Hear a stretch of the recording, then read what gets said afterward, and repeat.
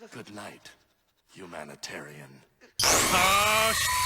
Because you cringe. Was this a Saturday morning cartoon?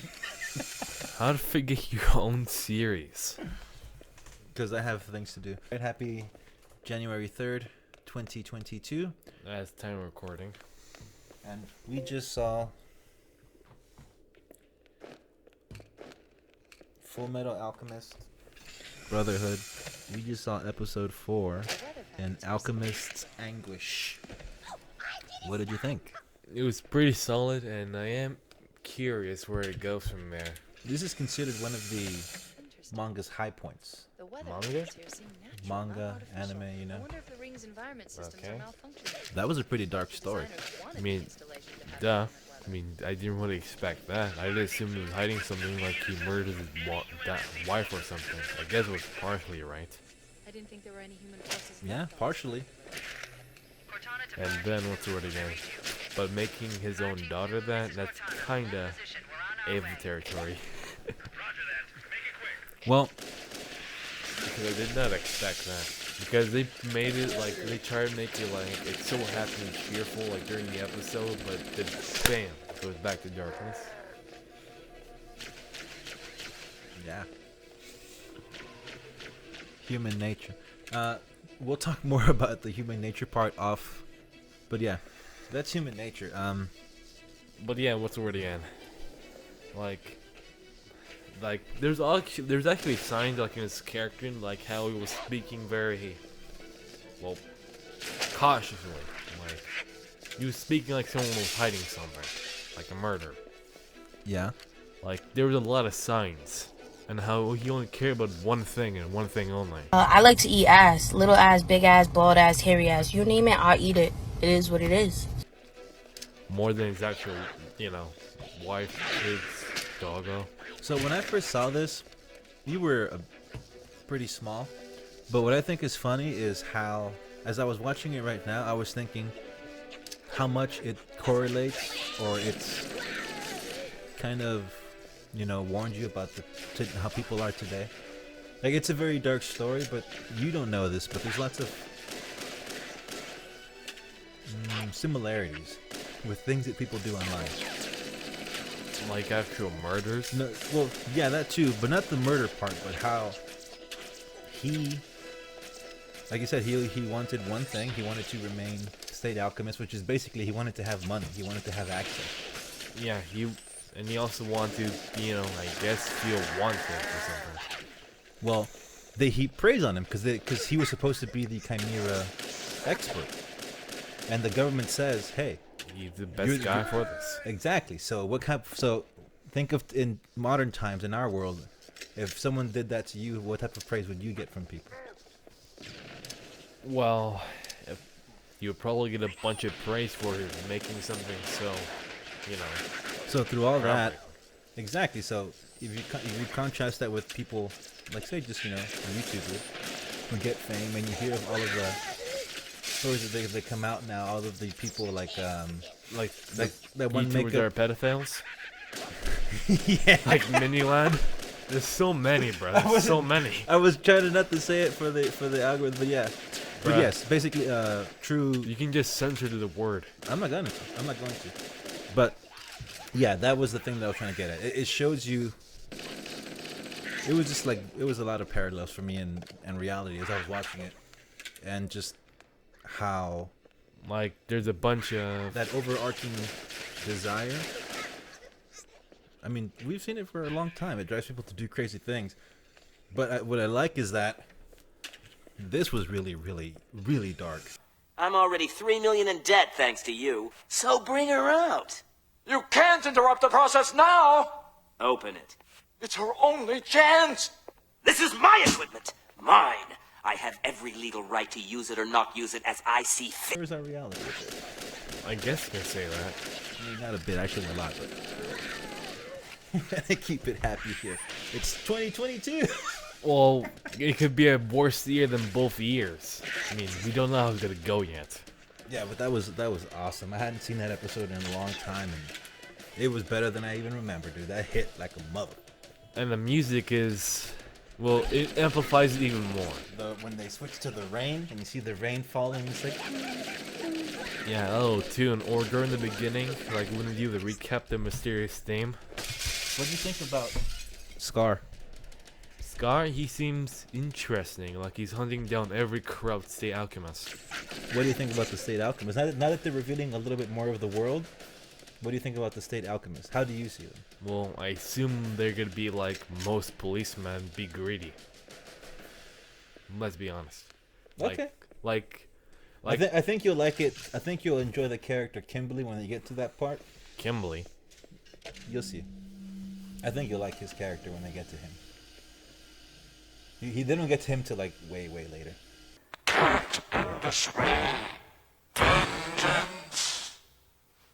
No justice. So we just saw Heart of Ice, legendary episode.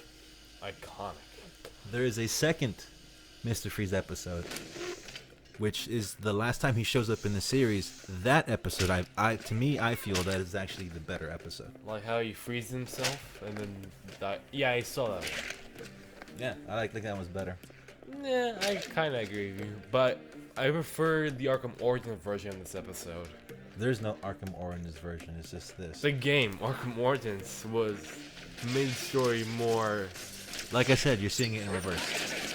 It ruins your experience. I watched it before I played the game. No, you didn't. What do you mean? So that was a pretty good episode. And it's actually kind of sad. I mean, you can actually feel for Mr. Freeze, even though he's emotionless. Can you be cold, Batman? Yeah, but what I think is, well, the humanitarian, the guy Doyle. You mean Mark Hamill? Yeah, what I think is really funny is how I'm looking at these old episodes now, and the themes are so relevant today. I know. I know, right? That's crazy. See, that right there, that's good writing. That's why these shows will still be around after we are gone, because even though, well, no, it's well, yeah, it's iconic, but Thank you. the thing that makes them that, the thing that made them that is how good the stories are, how relatable the stories are. And before this episode, I'm pretty sure Mr. Freeze was just some random gimmick, like had some random guy robbing a bank, like every one single comic, like after a couple 50. Well, I only knew of him through the Adam West series, so, but Adam West is very campy, so He wasn't Adam West? the Adam West series, I think there's a Mr. Freeze in the series. I only saw him in a recent movie, but I didn't think he was in a movie or series. I believe so. A lot of the villains are. But anyway, so that was a pretty cool episode. Cold or cool? Had some pretty nice animation. Pretty good writing for Mr. Freeze. And the voice actor for him is pretty good. They got the right voice actor. Yeah, that effect they put on the voice is really good. Cool. Yeah. It's the same effect. It's the same effect that Desaad has in Darkseid, by the way. Like in the voice, like the little Yeah. wobble, like Samuel Hayden from Doom. I don't know. I don't play it. You should though. You like the music. You like the music. Oh no! You like the music. Why not the game? Because the music is one thing. Well, the game is good. Like the music. Says who? Who says this game is good? Who? Like, Who? IGN? Kotaku? 99% of the player base. Who? Let's Who? see. There's IGN. Fanboys? Doom fanboys? No, everyone. Who? It was nominated to get an award. Whom? It was nominated to get an award at the Game Awards. Come on, man. You know how that stuff works. Stop politics behind the scenes. Whatever you say. You should play it. It is a very good game, and I said so. So that means I'm right and you're wrong. That's the internet. One day, when I have the time, one day when I grow up, I will. So in 2 years. One day when I grow up, turn into a real boy, I will. Okay, chill.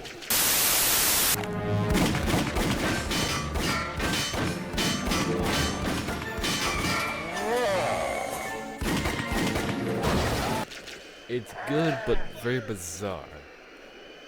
Well, the villain is.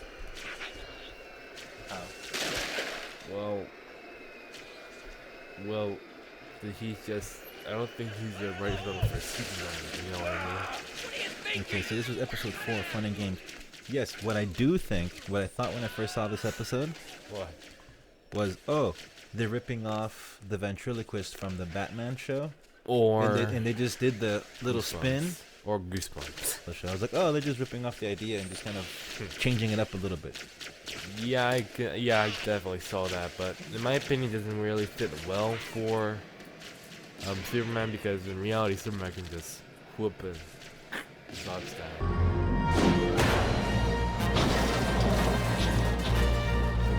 Well, that's that whole thing about it's a cartoon for kids, so the logic of the world is kid-based also, so. Both were always pretty solid, but I just thought it was pretty bizarre. Yeah, it was a forgettable episode for me. It was just like the part where he punches the duck. That was like my favorite part. But I think it's just a filler episode. It's not the perfect version of a filler episode. Tree Adventure Time Trunks. episode 4, Tree Trunks, and that was Bizarre. really bizarre. Shoo, fly, get off my apple pie. A fly landed on my pie. That's no good. Flies wanted it. They can have it. Suspicious at best, is all I'm saying. Yeah, very weird, and you can tell it's going in that direction. Like the rest of the series, I just found it very bizarre and funny. Yeah, I found it less funny, just way more weird, Yeah, bizarre. I just Tree Trunks is very suspect. very sus. Very sus, I guess. Yeah, and her voice, and the things she started doing and saying towards the end. Adventurous instincts tell me to seduce that tentacled critter with my womanly charms and elephant prowess. No way. Like when Jakey's like, oh, she got past me, man. Helping you by tempting this guy with my body. She got past me, man. I tried to stop her, but she overpowered me. And yeah, she has all these, she has all these kisses on him. It's just, She kind of sus. and she's like, oh, Finn. She's like, why you get mad at cuties that want to help you? I'm gonna seduce the creature. Like, all right, that's it. Next episode. Dragon Ball Z Kai, episode 4, Run in the Afterlife, Goku. The 1 million mile snake way. You're not cool. You know what? That was a better episode than I thought it would be. It's Well, as a Dragon Ball fan, that was pretty good world building. like, especially how they have. I think that's supposed to be Satan, like a version of him. Yeah. Like having running the whole schmick. I thought that was pretty funny. Well, do you know that Kami means God in Japanese? I assume so, since yeah, I actually learned that from somewhere. Not from you, but somewhere else. Like, I think I took a Mandarin class. Nux? No, not that Taku nerd. Well, not about Dragon Ball. For other stuff, like Rule 34. So that was the episode where I was watching it for the first time, where he's dying, and I was thinking, like, he can't die. This is the hero. He can't die.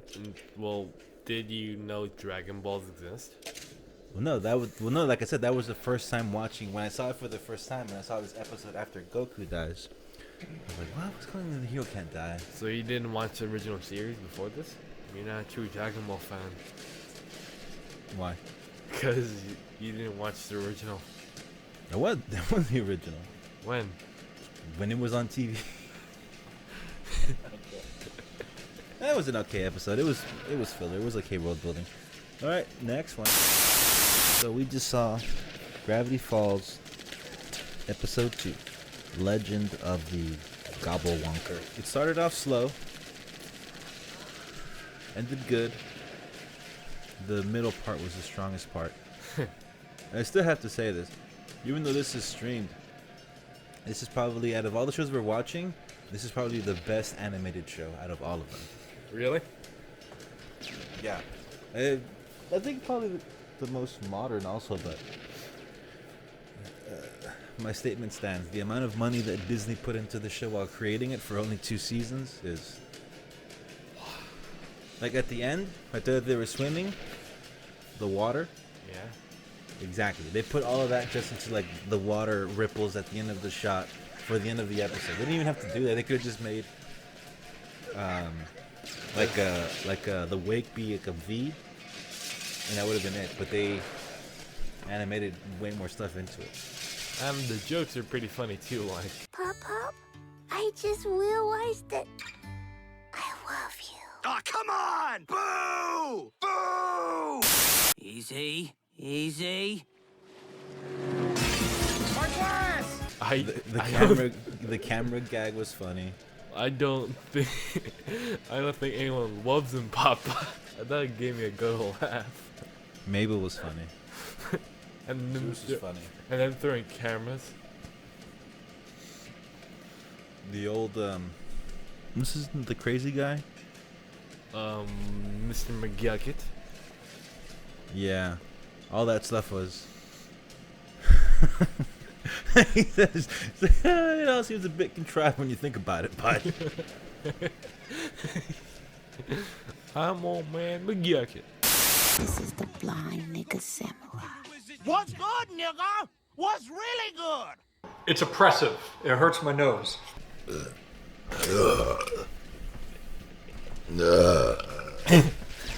so we saw the Boondocks episode 4, Granddad's fight, and man,